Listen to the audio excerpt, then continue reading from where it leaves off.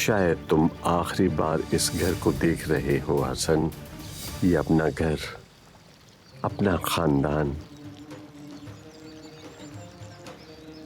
अपनी दौलत, सब कुछ तुमने अपने हाथों से खो दिया। आज ये क्या कर दिया तुमने?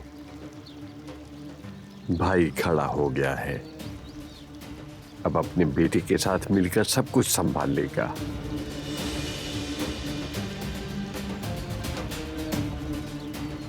कुछ नहीं बचा है, खाली हाथ रह गए तुम।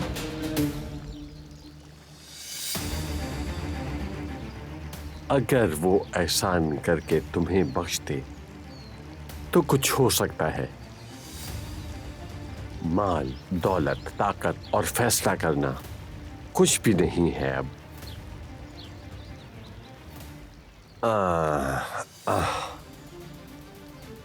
जिंदगी में तुम्हारे पास कुछ भी मुकम्मल नहीं था हसन। बस एक बेटा है, वो भी इंतहा का नालायक है, बिल्कुल नालायक, कुछ भी नहीं है।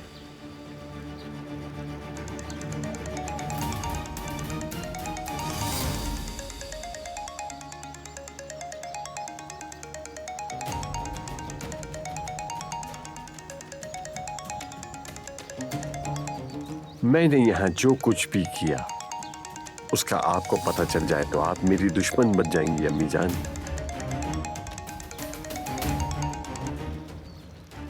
तो इसलिए मुझे छोड़ दें। जानता हूं कि आप मुझे यहां से निकाल देंगी। आपकी बहू को मारा और तो और आपके कीमती बेटे को इतने सालों तक माजूर रखा। क्या आप मुझे माफ करेंगी? क्या मुझे बेटा कहेंगी? नहीं, कभी नहीं करेंगी। जानता हूं मैं, इसीलिए मुझे अकेला छोड़ दें।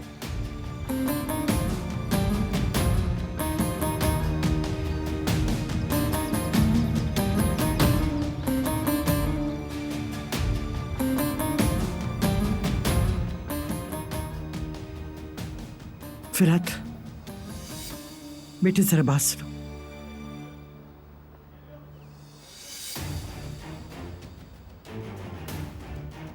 बोले दादी जान। तुम्हारे पापा अभी तक नहीं आए, फोन भी नहीं उठा रहे।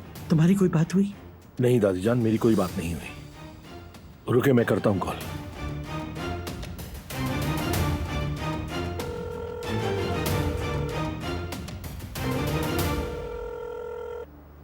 नहीं उठा रहे, शायद ट्रैफिक में कहीं फंस गए हो, इसलिए नहीं उठा रहे। अच्छा तुम जाके बैठो बेटा। हद होती है सर, इतने आम दिन पर तुम कहां गायब हो गए हो?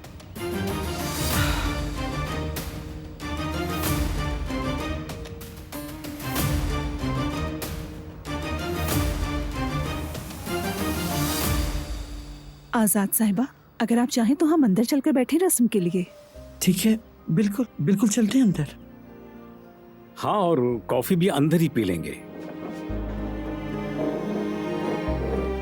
वो कहानियाँ अधूरी जो न हो सके कि पूरी, उन्हें मैं भी क्यों सुनाऊं, उन्हें तुम भी क्यों सुनाओ।